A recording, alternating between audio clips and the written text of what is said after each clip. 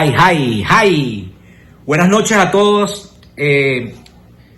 Obviamente todos saben lo que está ocurriendo en Venezolana de Televisión. Obviamente todo el mundo sabe las diversas circunstancias apremiantes, en algunos momentos digamos que angustiantes, porque obviamente el tema de la pandemia ha cambiado diversas maneras de concebir la realidad, de concebir la sociedad, inclusive de concebir la televisión. Zurda Conducta se ha caracterizado por siempre estar en la vanguardia, siempre estar en los diversos conflictos, 2012, 2014, 2017, siempre hemos estado, y no solamente Zurda Conducta, los trabajadores de Venezolana de Televisión han estado en la primera línea de batalla. Y esa primera línea de batalla, pues obviamente da como resultado que a veces hayan unas personas que les toque de repente salir de la contienda más frontal. Algunas otras personas se tienen que cuidar, y eso es lo que está pasando en Venezolana de Televisión. Eso es lo que está pasando con Zurda Conducta. Nosotros extrañamos ya, apenas llevamos una semana sin salir, ya extrañamos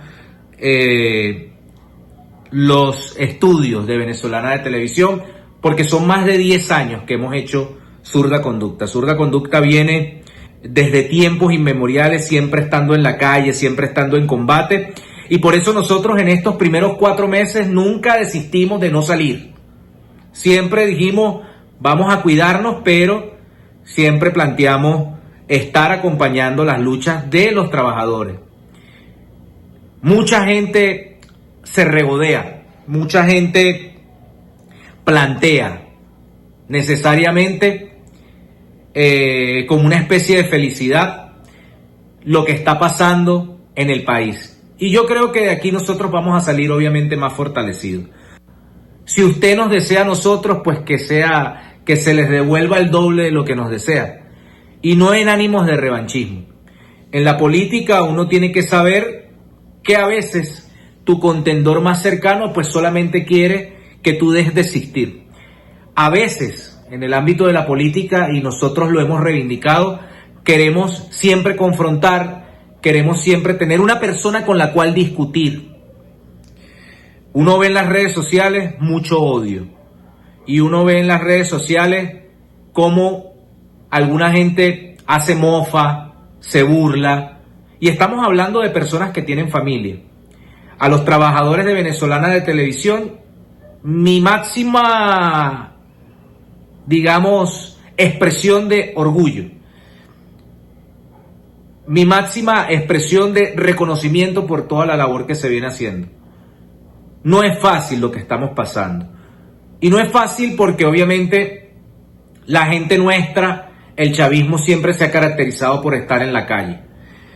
Muchos dirigentes nuestros inclusive han estado pues tratando de hacer todo lo posible para que ese sueño de Chávez se haga plausible, se haga realidad, se haga constatación permanente en la realidad. Y por eso compañeros como Diosdado, Tarek, compañeros como Darío Vivas, compañeros como Juan Carlos Alemán, compañeros como José Ávila, pues han estado en la calle, y pues obviamente producto de esa realidad les ha tocado ahorita enfrentar una situación en medio de la pandemia que se expresa en una expresión digamos viral, que es el COVID-19. Por eso Zurda Conducta no va a estar saliendo como estamos acostumbrados a salir. Esta semana vamos a estar recordando algunos episodios de Zurda Conducta.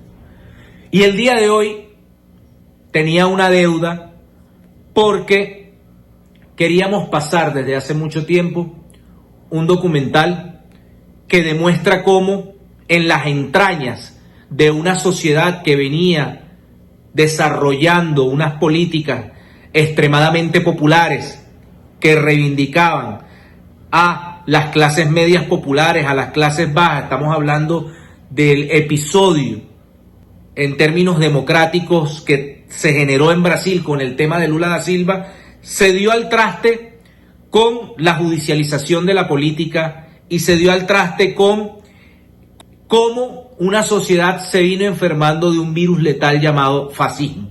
Y es la expresión sucinta de lo que está pasando en una sociedad como la brasileña desde que empezó la campaña electoral el señor Jair Bolsonaro.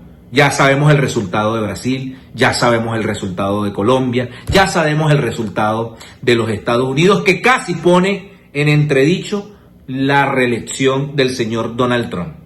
Así que, sin más preámbulos, el día de hoy, el equipo de Zurda Conducta, el cual, más allá de los deseos de algunos, más allá de los sofismas de distracción y de las campañas mediáticas, pues se encuentra en la calle, no exentos de que podamos tener en algún momento determinado COVID-19, porque hace parte de la realidad mundial. Sin embargo, les queremos decir que este equipo se encuentra en sus casas, se encuentra replegado táctica y estratégicamente, como lo decía el compañero Hugo Chávez en el Libro Azul, el minuto táctico y el segundo estratégico.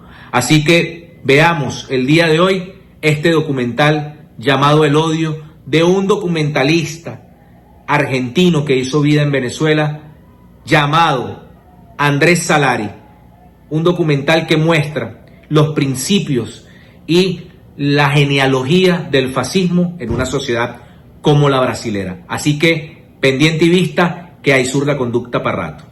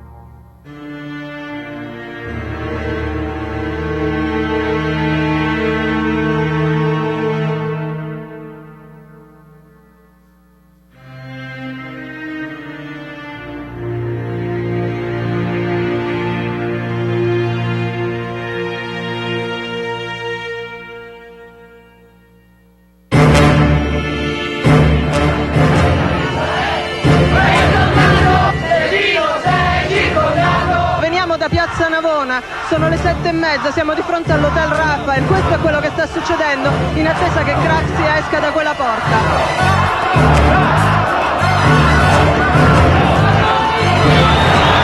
Eccolo, eccolo! Stanno tirando di tutto!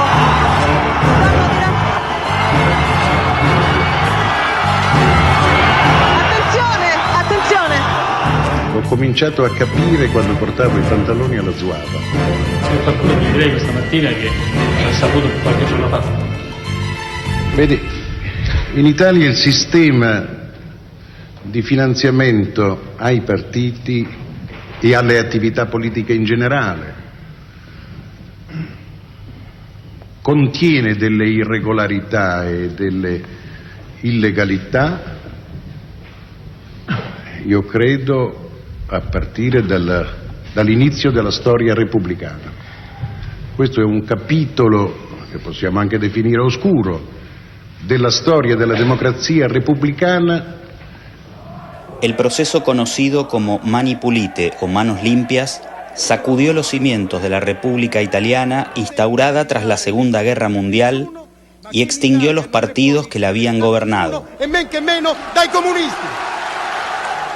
Craxi fue el máximo exponente en admitir la existencia de un sistema corrompido, pero nunca aceptó responsabilidades individuales. Ma si può immaginare che un gruppo come la Fiat, per esempio, non abbia mai dato contributi elettorali a partiti o a parlamentari o a candidati?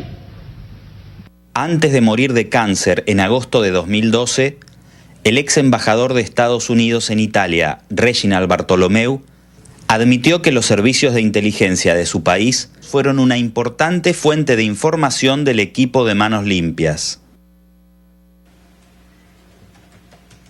El juez federal Sergio Moro escribe una nota titulada Consideraciones sobre Mani Pulite. El entonces ignoto magistrado muestra sus cartas 10 años antes del inicio de la Operación Lavallato.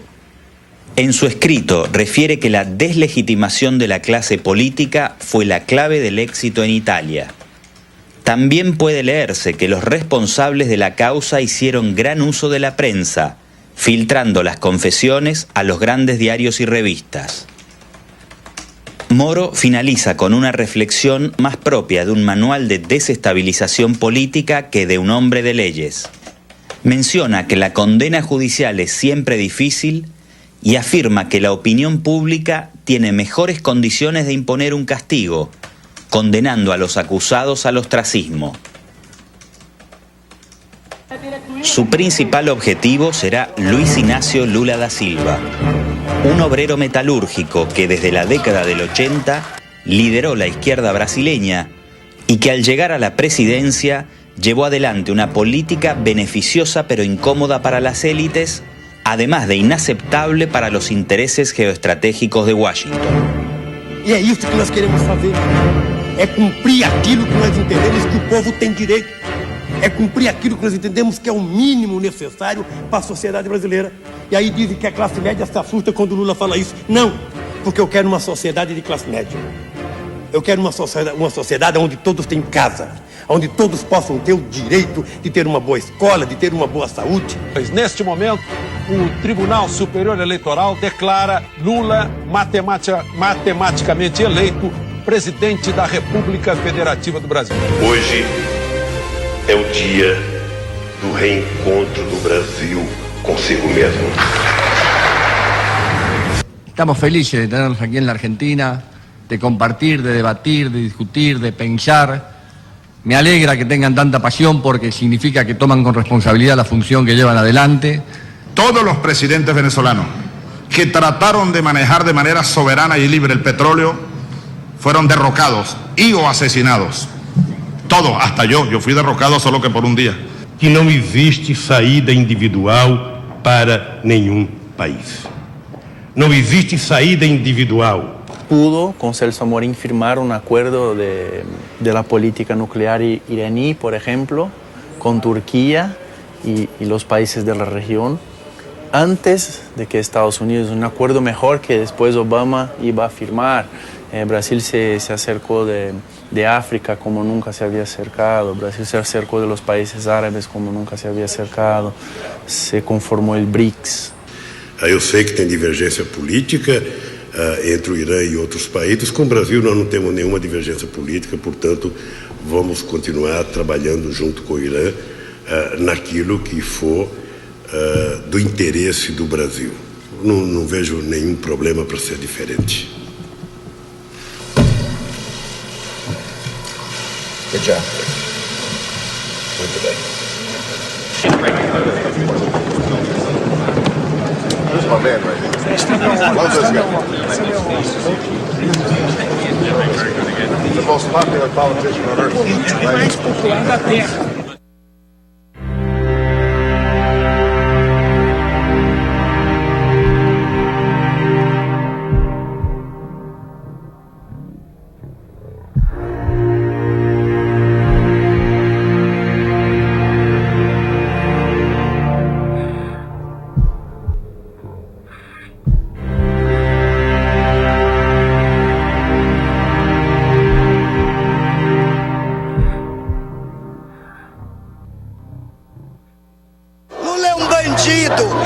Tudo que ele faz é para financiar ditaduras pelo mundo, pela América Latina. Lula não vale nada, vale nada. Nós estamos ferrados. Se o Bolsonaro não entrar, nós somos a próxima Venezuela. Isso precisa acabar, de todo jeito. En menos de una década, Lula pasó de ser uno de los estadistas más respetados a nivel global a estar preso y proscripto en una cárcel de Curitiba. Una gran mayoría de los ciudadanos ya no cree en sus representantes y Brasil es un estado sumamente debilitado que dejó de ejercer liderazgo en la política internacional.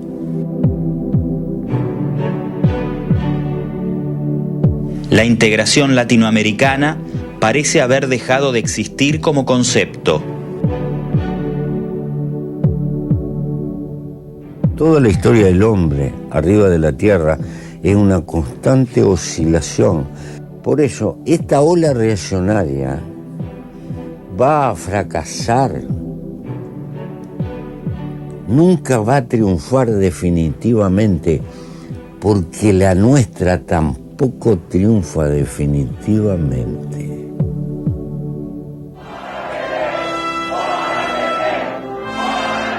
En Brasil, la operación finalizó con la elección a la presidencia de un ex militar ultraderechista completamente servil a Washington.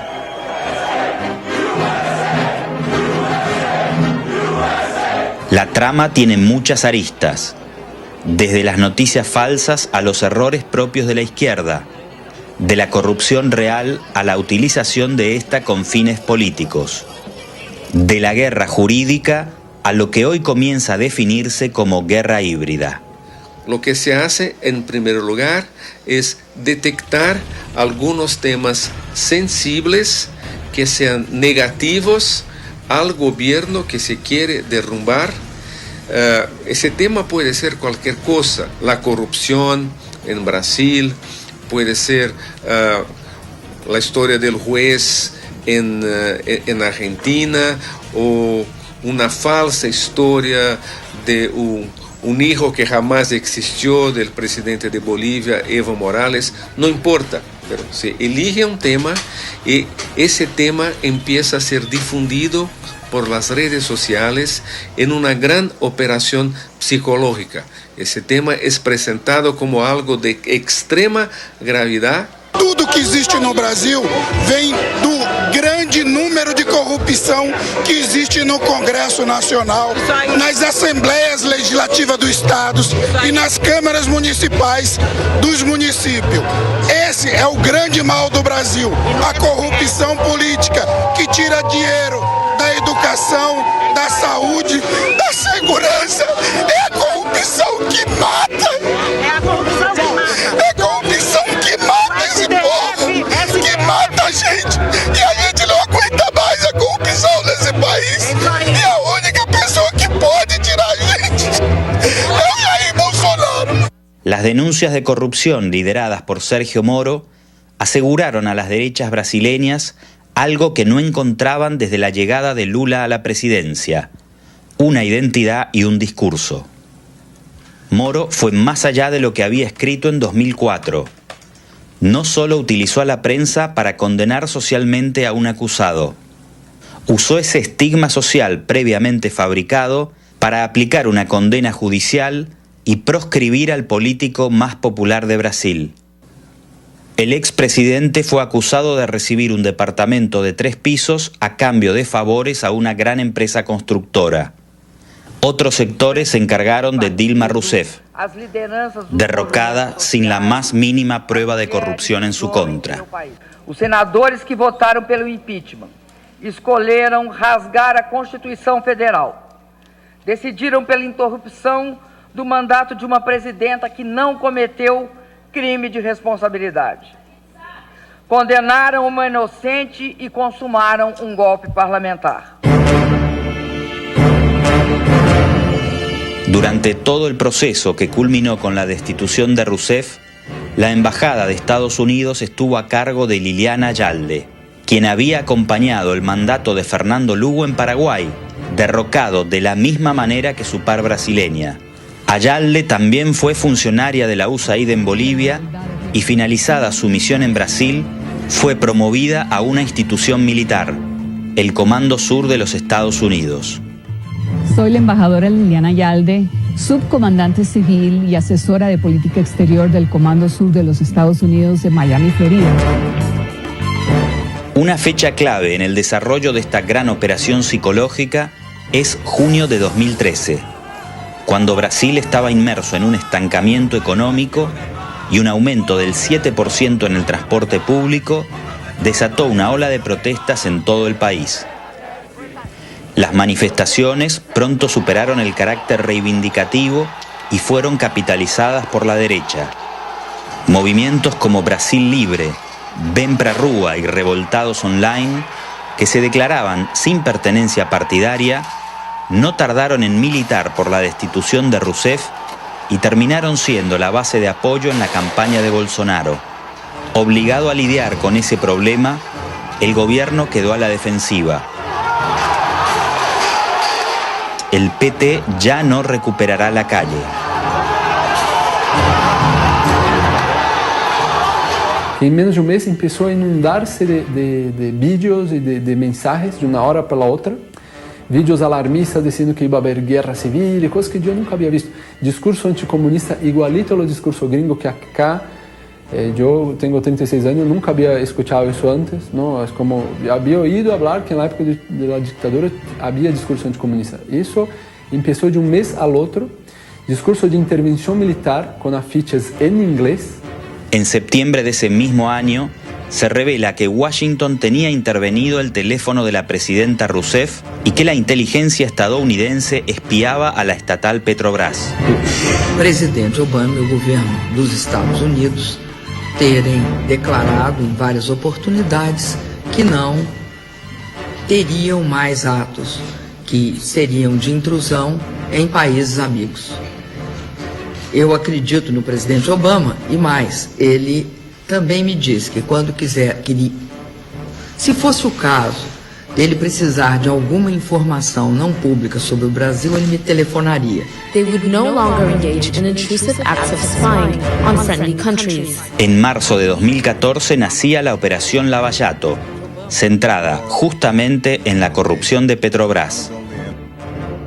El juez de Paraná, junto a otros fiscales y miembros de la Policía Federal, fueron capacitados en Estados Unidos para combatir el lavado de dinero, el delito por el que pronto terminará imputado Lula da Silva. Durante todo el proceso, los grandes medios de comunicación no dejaron de estimular a la opinión pública con las denuncias de corrupción centradas en los líderes del PT.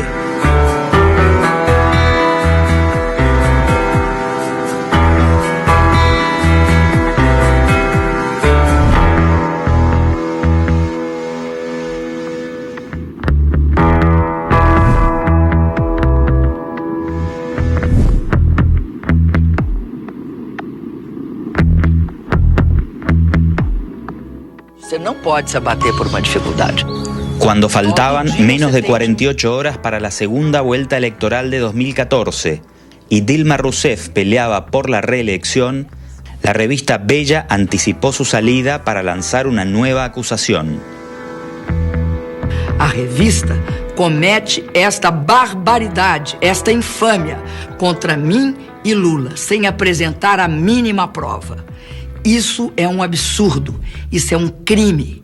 É mais do que clara a intenção malévola da Veja de interferir de forma desonesta e desleal nos resultados das eleições. A começar pela antecipação da sua edição semanal para hoje, sexta-feira, quando normalmente chega às bancas no domingo. As forças de direita partidárias estavam muito fragilizadas. Quem passou então a ocupar esse papel foi a mídia. Isso é o Gramsci. Gramsci tem uma frase que é brilhante, ele diz exatamente isso. Quando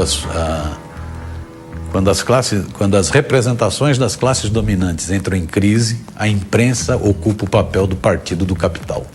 Foi exatamente isso que se deu no Brasil. Cerca de 55 milhões de brasileiros decidiram que a presidente Dilma Rousseff debe continuar gobernando o Brasil.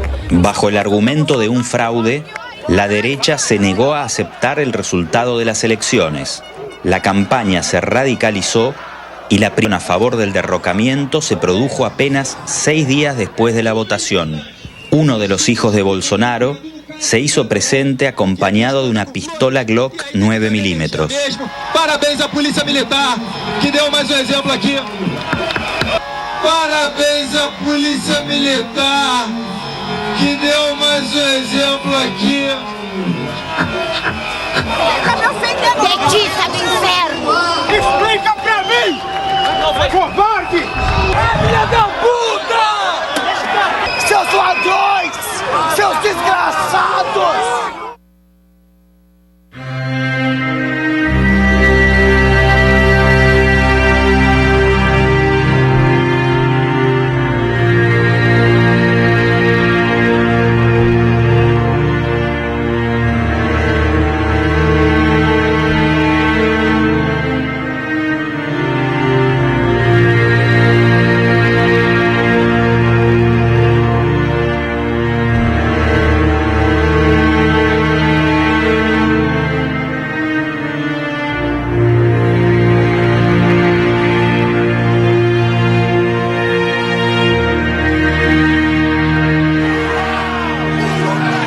El 4 de marzo de 2016, Moro ordenó allanar la vivienda de Lula y el expresidente fue trasladado coercitivamente para declarar. A polícia militar tentou manter os grupos a favor e contra em lados separados. Teve socos, chutes, gente machucada. A cena se repetiu em frente ao aeroporto de Congonhas. Manifestantes a favor e contra o ex-presidente entraram em confronto. En medio de multitudinarias manifestaciones que exigían su destitución, Dilma llamó por teléfono al expresidente y le ofreció la cartera de ministro de la Casa Civil, lo que en otros países se conoce como jefe de gabinete o ministro de la presidencia. En la misma jornada, el juez Moro autorizó la divulgación de esas escuchas telefónicas. Eu sinceramente estou assustado con la República de Curitiba. Esta grabación fue un golpe de gracia para la presidenta. Lula no pudo asumir e inmediatamente se disparó el impeachment. O juiz Sérgio Moro suspende o sigilo de conversas telefônicas de Lula. Na mesma quinta-feira, foi instalada na Câmara dos Deputados a comissão de impeachment da presidente Dilma. El juez Rubens Casara caracterizó a esta modalidad como el proceso penal del espectáculo. La búsqueda de justicia se transforma en una búsqueda de audiencia. Choque para os brasileiros. Nós temos uma Suprema Corte totalmente acovardada. La divulgación tiene un condimento adicional. Moro declaró que la escucha fue realizada de manera fortuita y que había causa justa y autorización legal para intervenir las comunicaciones de Lula, quien era investigado formalmente en la causa Petrobras. Sin embargo, si escuchamos la grabación completa, podremos notar que al inicio de la misma se distingue la voz de María Alicia, una colaboradora de Rousseff, antes de iniciar la comunicación con Morales, el asistente de Lula. Ela quer falar com o Lula, que está na sede nacional. Alô? Moraes? Pois não. Você está com o presidente? Estou. Si escuchamos a la secretaria de Dilma antes de que atienda Morales, la comunicación intervenida no era desde el teléfono del expresidente, sino el de la oficina presidencial del Palacio de Planalto. La Policía Federal y el juez Moro espiaban a Rousseff ilegalmente. Presidente, só minutinho, por favor. Beijo pro senhor, viu? Outro. Tchau. Faltaría establecer si lo hicieron con tecnología propia o si las comunicaciones les fueron facilitadas por la inteligencia estadounidense. No hay que olvidar que Moro era un juez de primera instancia. Solo el máximo Tribunal de Justicia podría aprobar una escucha en contra de la mandataria. Alô? Alô? Oi, Lula. Tudo bem? Não, tô achando tudo bem, não. El magistrado no solo espió ilegalmente a la presidenta constitucional, adicionalmente divulgó a la prensa la grabación con una clara intención de debilitar al gobierno. Eu acho que o Moro quis fazer o espetáculo. Vossa Excelência não manda, não é na casa. Vai se cumprir o regimento. Perto da mesa diretora, começou então um tumulto. Formamos a família no Brasil que tanto esses bandidos querem destruir, com proposta de que criança troque de sexo e aprenda sexo nas escolas com 6 anos de idade. Sim ao impeachment. Dilma, você é uma vergonha! Vergonha! Vergonha! Sim! Sim! Sim! Sim! Tchau, querida! Sim, sim, sim. Que país é esse? Onde um bandido, um homem que devia estar na cadeia, quer tirar o mandato de uma mulher honrada, de uma mulher digna? Que país é esse? Nadie representó el odio y el revanchismo de manera tan violenta como el diputado por Río de Janeiro, Jair Bolsonaro, quien ofrendó su voto nada más y nada menos que al torturador de Dilma Rousseff durante la dictadura. Contra o comunismo, pela nossa liberdade, contra o Foro de São Paulo, pela memória do coronel Carlos Alberto Brilhante Cuando el diputado realizó esa apología a la tortura sin recibir ninguna retaliación, sumaba 9 puntos de intención de voto a presidente.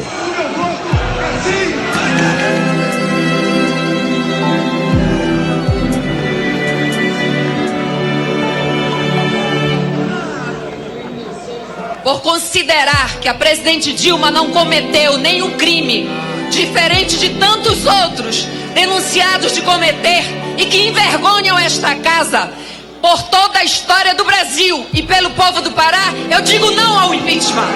Viva Lava Jato, a República de Curitiba e a minha bandeira nunca será vermelha! Sim, presidente! Esse povo querido que vota sim, nós votamos sim! E quem vota sim, coloca a mão pra cima! Coloca a mão pra cima! Sou brasileiro! Eu voto sim! Feliz aniversário, Ana, minha neta! Fora Dilma! Fora Lula! Fora o PT! Eu voto sim! E viva o Brasil! E viva o Sérgio Moro! Meu voto é sim!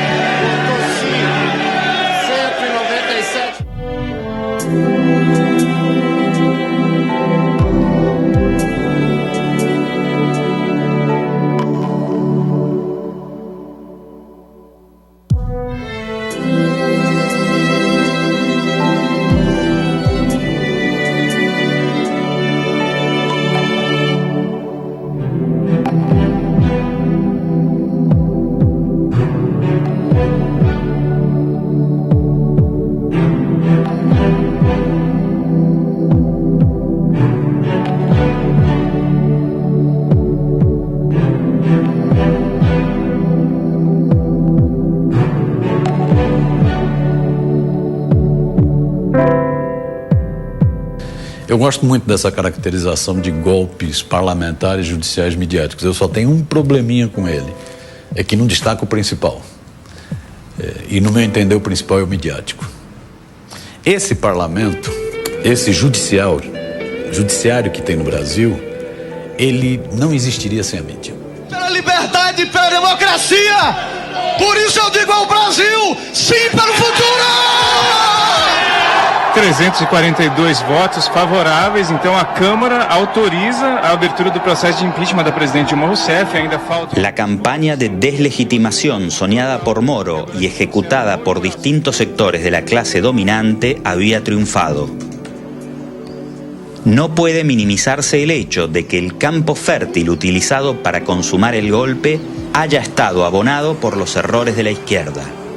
Y un movimiento social sindical que se queda solamente en las luchas económicas se transforma en un movimiento economicista. Y un partido que se separa de la vida real de la gente se transforma en una burocracia. Yo diría que el gobierno del PT no trajo acúmulo de fuerzas populares, sociales, de izquierdas al país. La agricultura nos enseña una cosa muy simple. Si queremos cosechar aguacates, necesitamos sembrar aguacateros. Y así es en la vida. O sea, si queremos una sociedad con participación, es necesario estimular la participación. Si queremos una sociedad con justicia, sin prejuicios, es necesario construirlo aquí, acá, ahora. Entonces, hay un conjunto de cosas que la izquierda tiene que evaluar. A direita brasileira nunca assimilou a vitória do Lula. Até por um problema de classe, onde já se viu um peão, um operário nordestino chegar à presidência da República. Até por um problema de classe. A direita brasileira nunca aceitou, como eu acredito que as forças conservadoras da Bolívia nunca aceitaram uma liderança indígena, né? Nunca aceita, né? Isso é um problema de classe, né? Foi batendo no governo Lula. E sempre de forma muito seletiva. A corrupção, é como se a corrupção tivesse sido inventada no Brasil em 2002 pelo presidente Lula. É como se não tivesse havido corrupção no Brasil, ou no mundo. Ou corrupção só fosse setor público, não fosse setor privado. Ou que a mídia não fosse corrupta também, porque um grande agente corruptor é a mídia. E ela foi Foi batendo. Isso foi criando um clima de criminalização da política, que é próprio para o fascismo. Quando a política não serve, vem o fascismo. Isso é Hitler, isso é Mussolini. O Bolsonaro é fruto disso. O Bolsonaro é cria da mídia. Os promotores afirmam que Lula é o comandante máximo do esquema de corrupção. E acusam governos petistas de criar uma propinocracia. Seriam duas faces do mesmo esquema de governabilidade corrompida. De perpetuação criminosa no poder. E de enriquecimento ilícito. 5 meses después del golpe, el Ministerio Público Federal organizó un encuentro con la prensa para denunciar que, seguramente, Lula era quien comandaba el esquema criminal conocido como Lava Jato.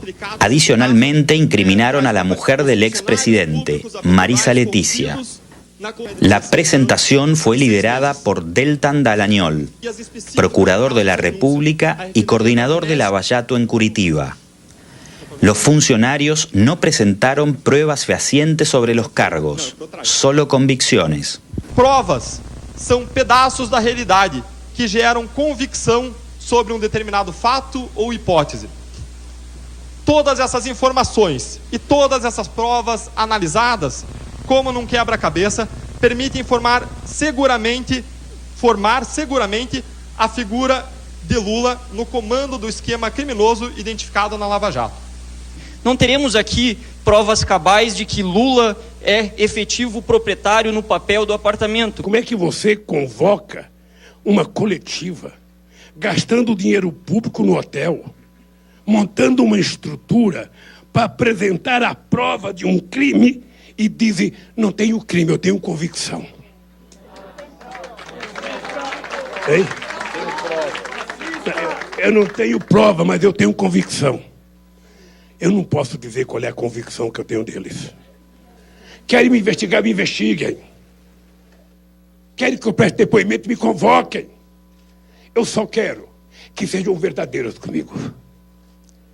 Eu só quero que sejam honestos comigo. Eu só quero que respeite a dona Marisa. Respeite a dona Marisa. A nossa convicção, com base em tudo que nós expusemos, é de que Lula continuou tendo proeminência nesse esquema, continuou sendo líder desse esquema, mesmo depois de ele ter saído do governo.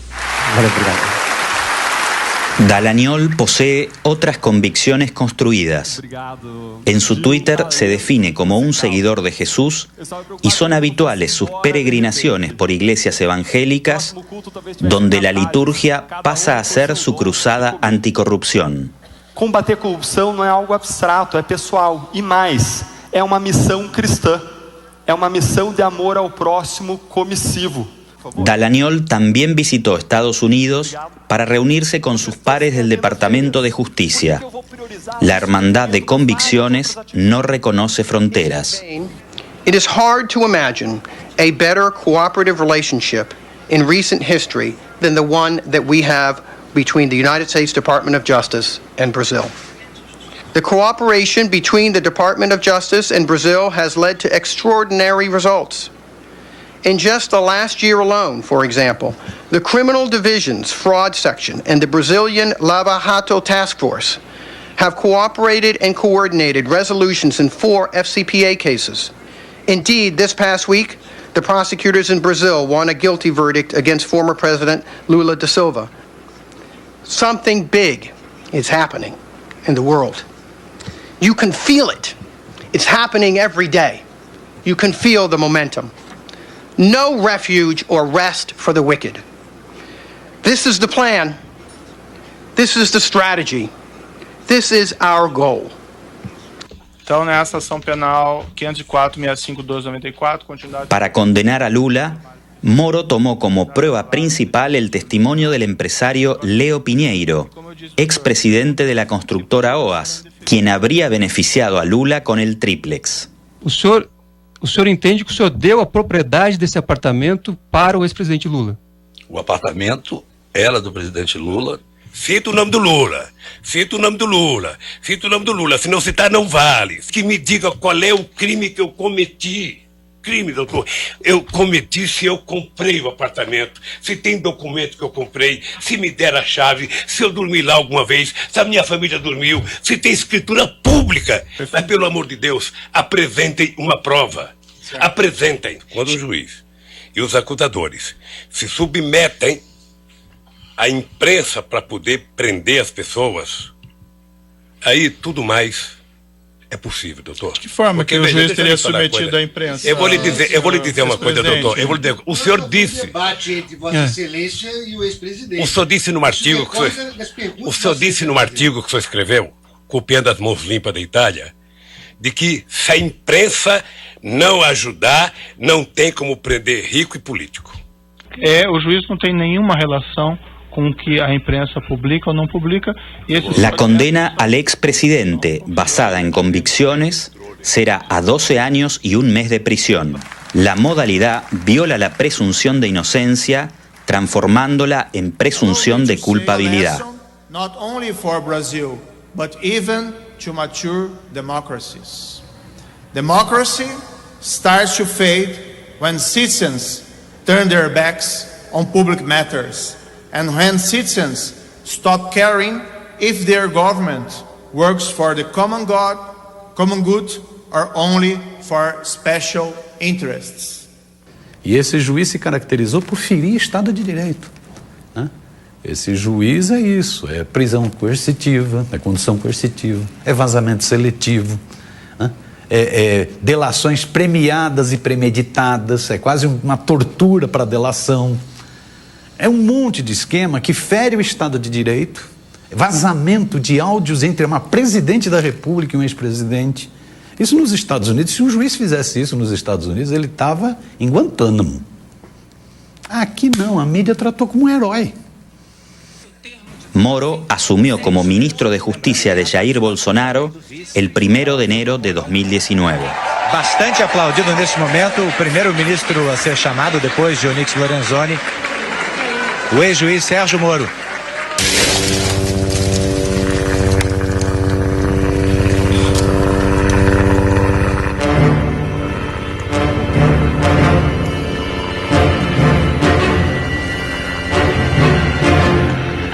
El 24 de noviembre de 2013 fueron decomisados 450 kilos de cocaína del helicóptero de la familia del senador C.C. Perella de Minas Gerais. Estão tirando a droga, piloto correu para pegar o combustível e eles estão colocando a droga dentro do carro.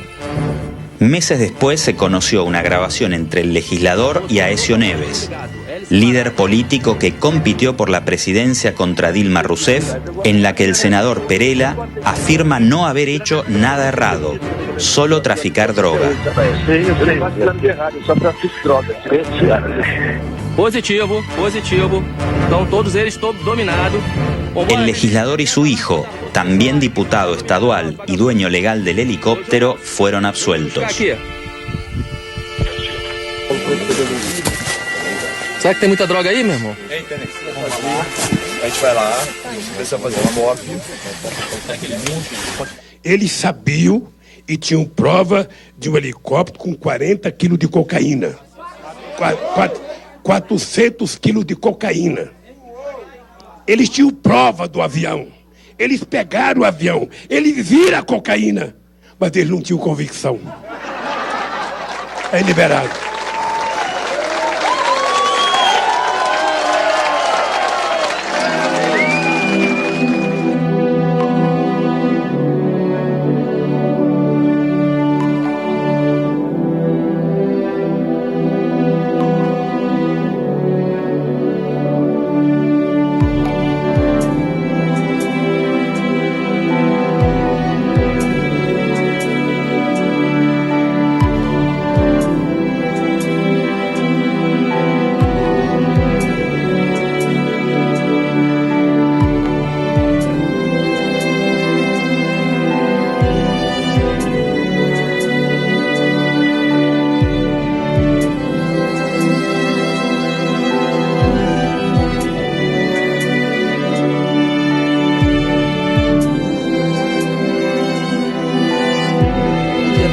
De janeiro, Marisa sofreu uma forte queda de pressão. Chegou a ser atendida num hospital de São Bernardo do Campo. El 3 de febrero de 2017 falleció Marisa Leticia, la esposa de Lula, como consecuencia de un accidente cerebrovascular.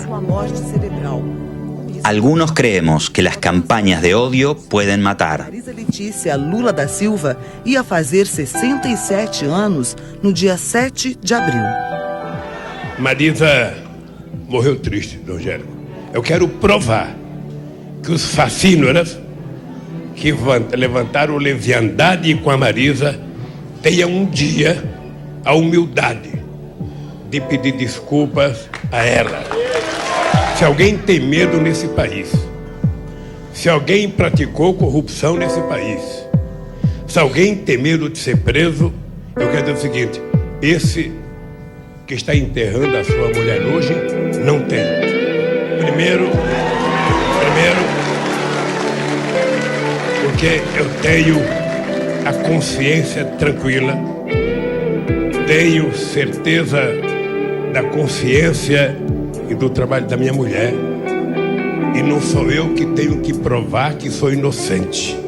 Eles é que precisam provar que as mentiras que eles estão contando são verdadeiras. Portanto, querida companheira Marisa, descanse em paz, porque o seu Lulinha Paz e Amor vai continuar brigando muito para defender a sua honra e a sua imagem. Obrigado.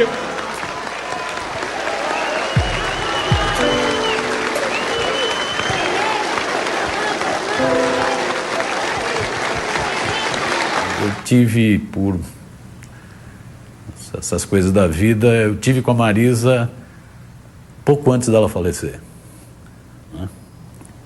E nesse jantar, como eu sou fumante, e ela era pouquinho fumante, fumava muito pouco, nós ficamos muito na varanda conversando.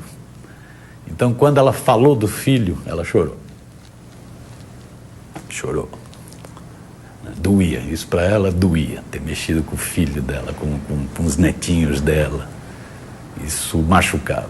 Então, por exemplo, a Marisa mesmo, nesse dia, ela falando das capas da Veja, a revista Veja, que é uma das publicações mais agressivas no Brasil, né?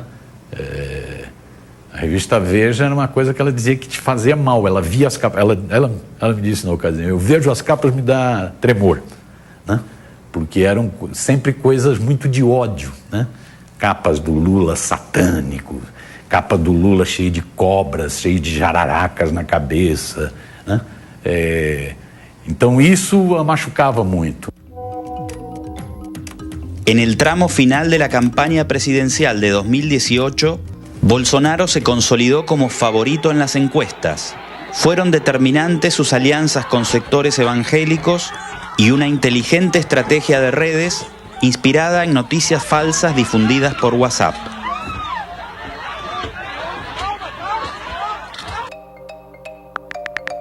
A mensagem que acompanha esse vídeo diz que uma mãe e uma criança foram atacadas por militantes de esquerda só porque o carro delas tinha um adesivo do Bolsonaro. Isso é falso. O vídeo, na verdade, é de uma manifestação contra o Temer em 2017, de quando um carro furou um bloqueio e atropelou manifestantes.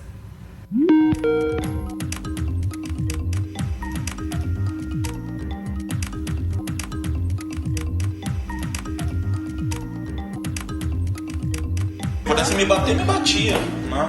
Então, a gente tá muito difícil a situação. A lavagem cerebral foi muito bem feita, tal, né?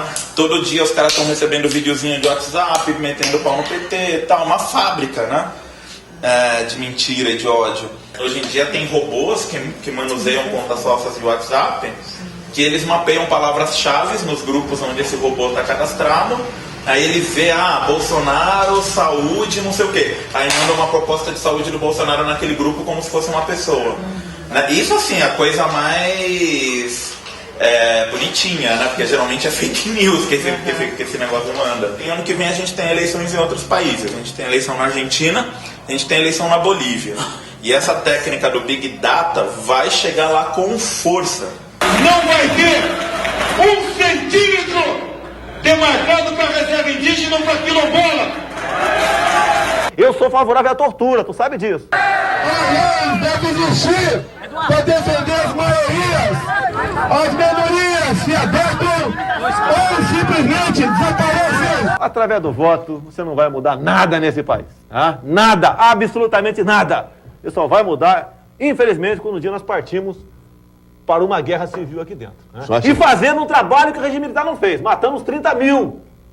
Começando com o FHC. Não deixar para fora, não. Matando. Se vai morrer alguns inocentes, tudo bem. Tudo quanto é guerra, morre inocente. Que o sangue é vida. É o combustível do nosso corpo aqui. Entre um sangue meu, por exemplo, e de um homossexual, posso falar aqui, Felipe? Tá? Entre o meu sangue e o do Felipe, o seu é melhor, que é homossexual. É isso? Não estou dizendo. Quem diz isso é o Ministério da Saúde. Mas se perguntar para quem precisa doar sangue, você prefere receber do Bolsonaro ou do Felipe ou tanto faz? Eu sou estuprador agora. Olha, jamais estuprar você que você não merece. Olha, eu espero que não. Dá, eu te dou outra. Dá que eu te dou outra. Dá que eu te dou outra. Dá que eu te dou outra. Dá que eu te dou outra. Dá que eu te dou outra. Mas o que é isso? Você me chamou de estuprador? Você me chamou de estuprador? Você é moral. Vagabunda? Chora agora, chora. O senhor acha que a presidente Dilma termina o mandato dela em 2018? Eu espero que acabe hoje, infartada ou com câncer, de qualquer maneira. Com esses 4 anos de retrocesso econômico, a gente perdendo os empregos, os políticos fazendo discursos que nadie lo entende. La Globo y otras de medios de comunicación no explican nada, solo dejan la gente está furiosa, irritada, llena de odio. Llega alguien con discurso de odio, se identifican. Para allanarle el camino a Bolsonaro, fue necesaria otra movida en el tablero, pues aún preso y condenado, Lula había liderado las encuestas todo el año.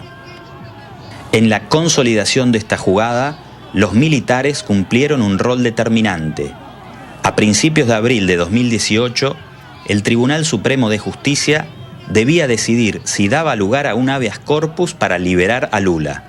La noche anterior al fallo, el comandante en jefe del ejército, general Eduardo Vilas Boas, declaró: «Le aseguro a la nación que el ejército brasileño comparte el anhelo de todos los ciudadanos de bien, de repudio a la impunidad y de respeto a la Constitución, a la paz social y a la democracia».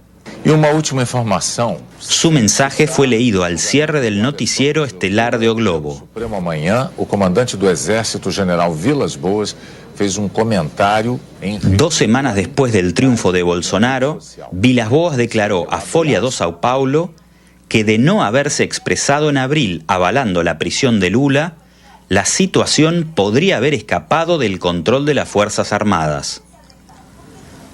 Durante su gestión, el comandante tampoco se privó de homenajear con la Orden al Mérito Militar a Michel Temer, al juez Sergio Moro y a 2 de los magistrados supremos que votaron contra el habeas corpus de Lula.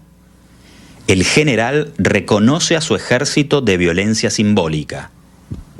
Ellos entendieron que el golpe en Brasil es un proceso de guerra, que ellos están en guerra, y la izquierda no lo comprendió. La izquierda continuó creyendo que no van a colocar Lula en el cárcel, o no, vamos tentar aquí participar de las elecciones, ganar las elecciones, pero si hay un golpe, hay un golpe.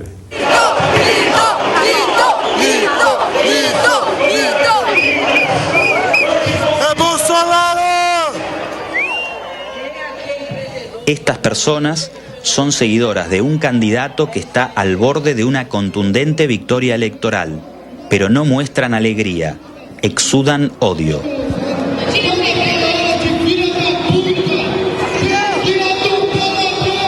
Esses políticos velhos têm que ir embora, morrer todos eles, desgraçados. Vai mudar o país, fora PT, PT já era.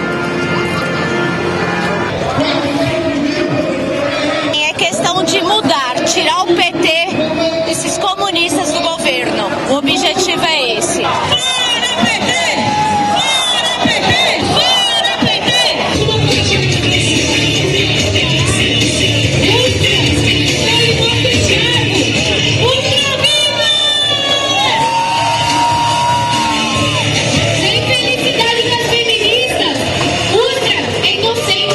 Não é torturador. Torturador é o Lula, que apoia a ditadura.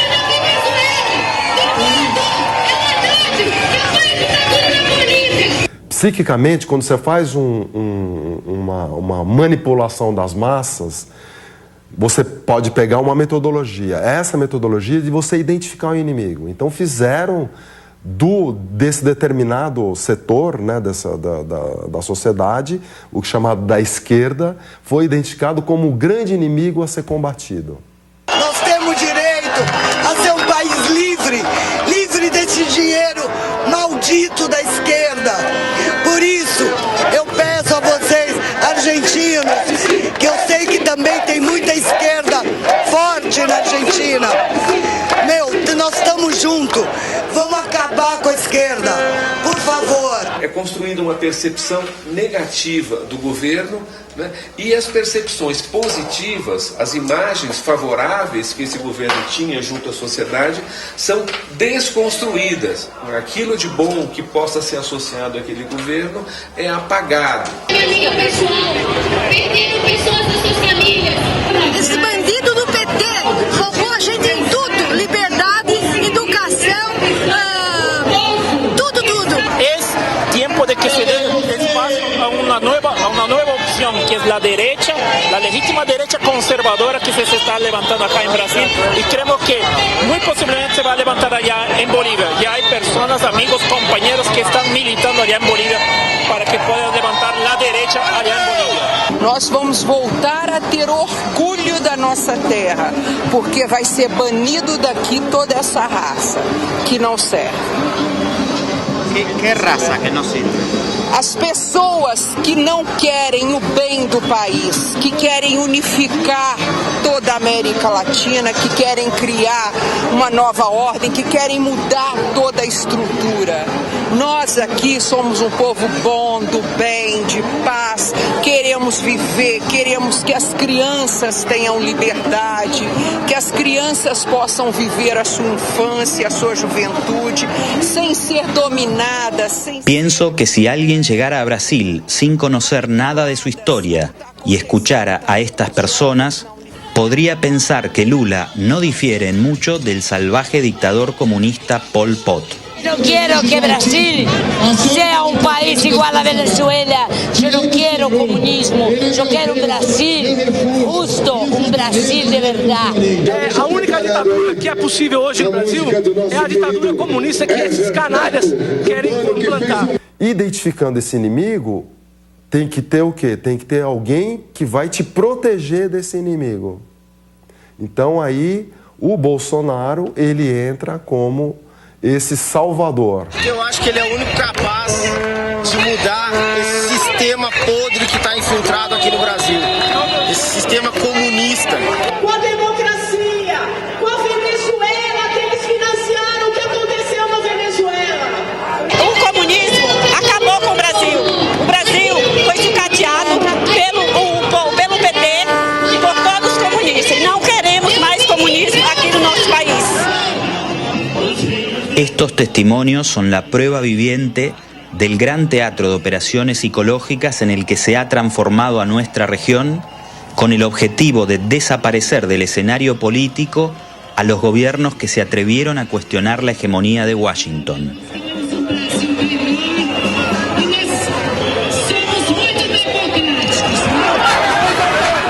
En las calles, la intolerancia creció exponencialmente. Agresiones a homosexuales y mujeres feministas se volvieron moneda corriente. La concejala negra y gay Marielle Franco, principal voz en contra de la intervención militar en Río de Janeiro, fue asesinada de 3 balazos en la cabeza y 1 en el cuello a inicios del año. Eu diria que, fazendo alusão a essa chuva que cai, a cidade do Rio de Janeiro chora por mais um corte na carne, né? En la noche del triunfo de Bolsonaro en primera vuelta ocurrió otro crimen de odio político.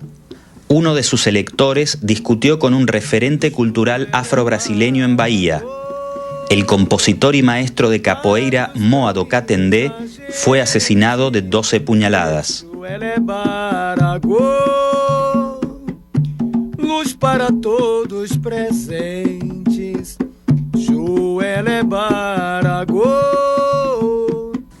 Días después, visité el área residencial de la Universidad Pública de Sao Paulo, la USP, donde aparecieron pintadas varias cruces esvásticas. Una de ellas tenía una pequeña leyenda: «Vuelve a Bolivia». Rodrigo Lima y Wilber Vilca, oriundo de Potosí, me acompañaron en el recorrido. Wilber me cuenta que una amiga le advirtió sobre las amenazas. Me mandó un link diciendo: Wilber, tienes que cuidarte porque estás en riesgo, hay una amenaza contra los bolivianos. Y me sorprendió eso, le dije: ¿dónde ocurrió? Dentro del CRUSP. Del CRUSP no tendría mucho miedo.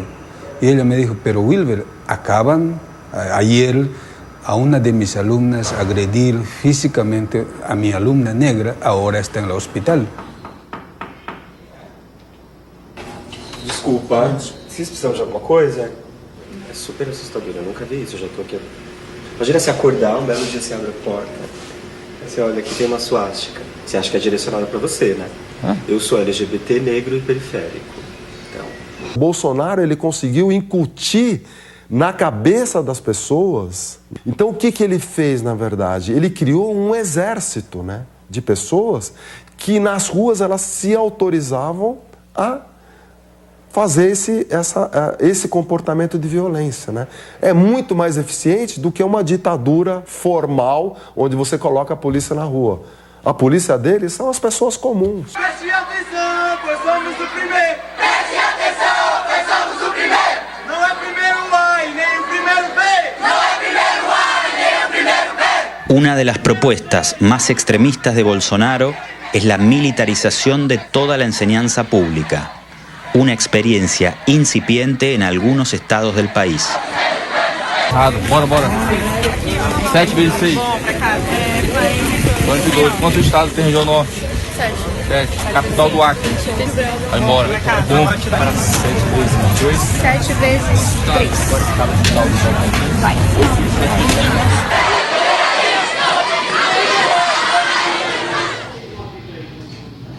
Me insultaram e me chamaram de vagabundo. A gente não quer, nós não queremos isso. Vocês não precisam estar aqui, não tem marginal, não tem nenhum item desse tipo aqui dentro.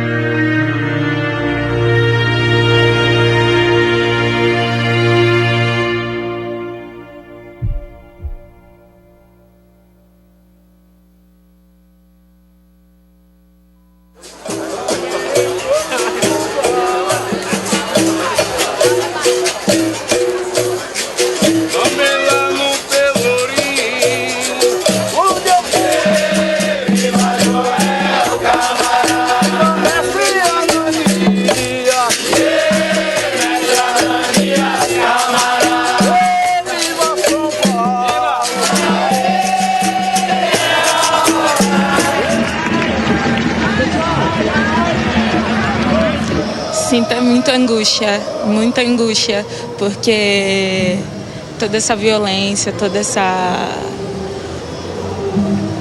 esse fascismo está tomando muita conta do Brasil inteiro. Então, a gente precisa de atos como esse para a gente se unir o quanto antes. Mas eu digo que eu estou num momento de luta. Momento de luta pelo meu povo, pela resistência do meu povo, como mulher, como negra, como brasileira, como nordestina. E eu posso dizer o que eu não quero para o meu país. O que eu quero, eu não tenho, mas eu sei o que eu não quero. Eu não quero um presidente homofóbico, eu não quero um presidente racista, eu não quero um presidente que trata a maioria como minoria, porque a maioria no Brasil é pobre, a maioria no Brasil é negro, a maioria no Brasil é nordestina. A nordestino que construiu a cidade que ele mora, os nordestinos que construíram esse país, o negro que sem ele o Brasil não existiria.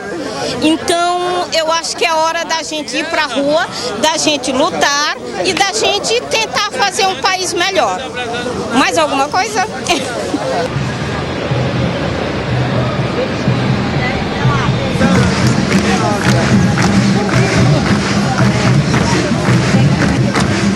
Tá emocionada?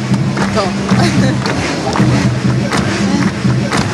Só um momentinho. Sei, tá bom.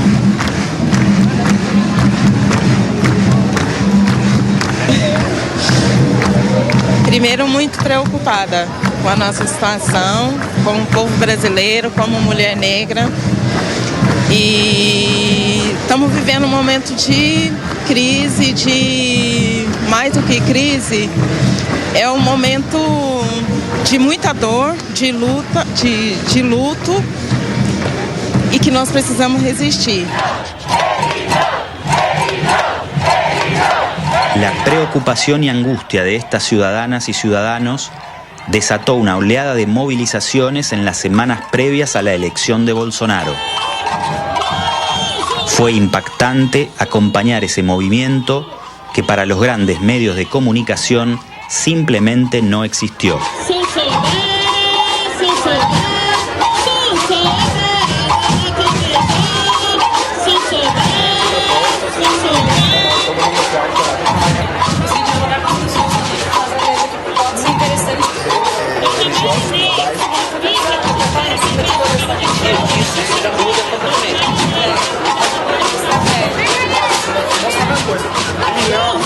Essa faculdade vai ser atacada, nós vamos ser atacados. Em pleno 2018, a gente está vivendo isso, é uma situação, para mim, inimaginável. Falar a verdade, eu estou bem assustado, porque, pelo que mostram as pesquisas, está prestes a entrar um presidente que apoia o ódio, a ditadura militar. Eu não sou muito politizado, eu não entendo muito, mas eu conheço ele há muito tempo já, o discurso dele homofóbico, racista, ele me assusta muito, porque existem pessoas que eu conheço de perto que apoiam o discurso dele e que para se tornarem violentas é um passo. Então eu me sinto que a gente está num momento bem perigoso mesmo. Este é o primeiro ato que eu vou político. Eu acho que essa é a hora das pessoas começarem a ir para a rua também, porque agora eu acho que o bicho vai começar a pegar mesmo. Nesses dias complicados, sombrios, eu me pus a pensar e me perguntar: será que valeu a pena viver tanto para ver destruído tudo aquilo pelo que eu dei minha vida? Jamais! Será que valeu a pena? Aí eu me respondi: claro que valeu a pena. Porque ainda nessa idade eu tenho a mesma energia que eu tinha quando jovem.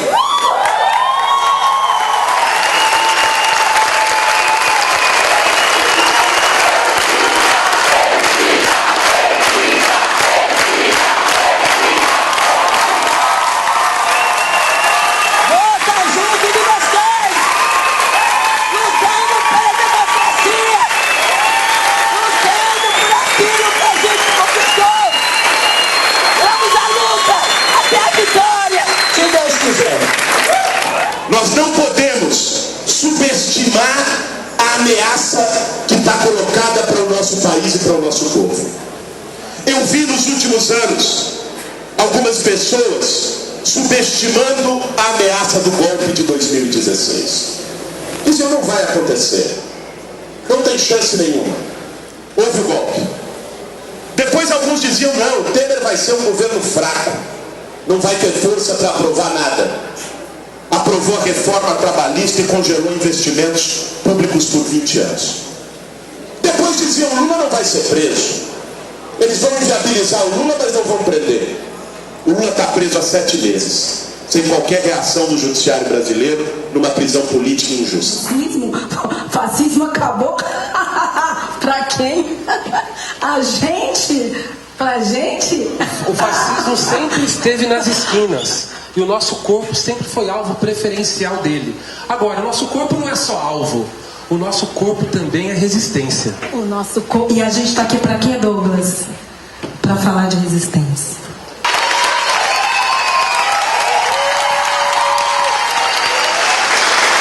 Só quero dizer o seguinte: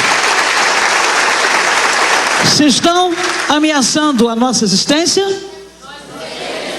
nós somos resistência. Viva toda essa juventude, viva o povo negro, viva as mulheres negras, viva os seres humanos negros, brancos, de qualquer etnia.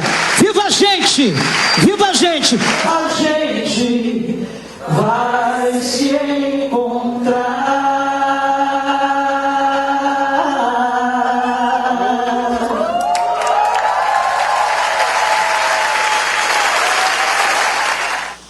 A luta da mulher negra é uma luta que fala de si, sobre si, sim, mas é para todos.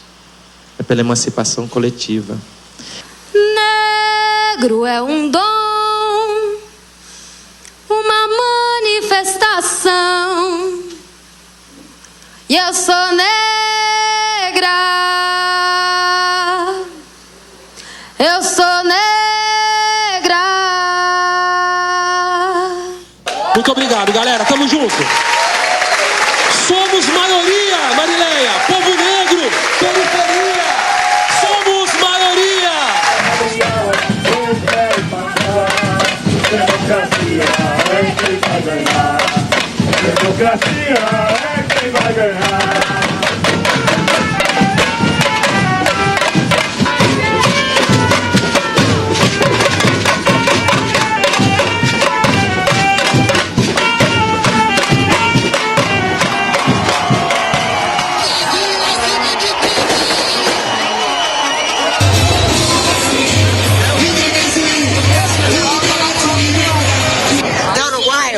Amigo meu Uruguai, vai mostrar isso, mandar dinheiro para tudo que é país comunista, dinheiro da gente aqui.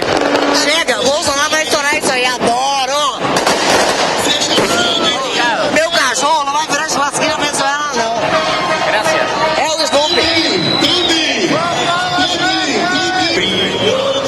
Muita felicidade por o Brasil estar virando um país mais honesto agora. Vamos trabalhar para fazer um Brasil bom.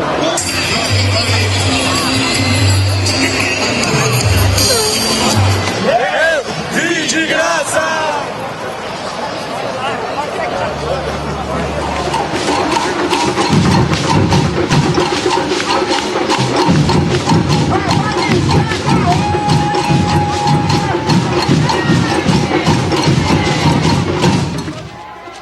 A gente vive uma situação que ela é fruto do quê?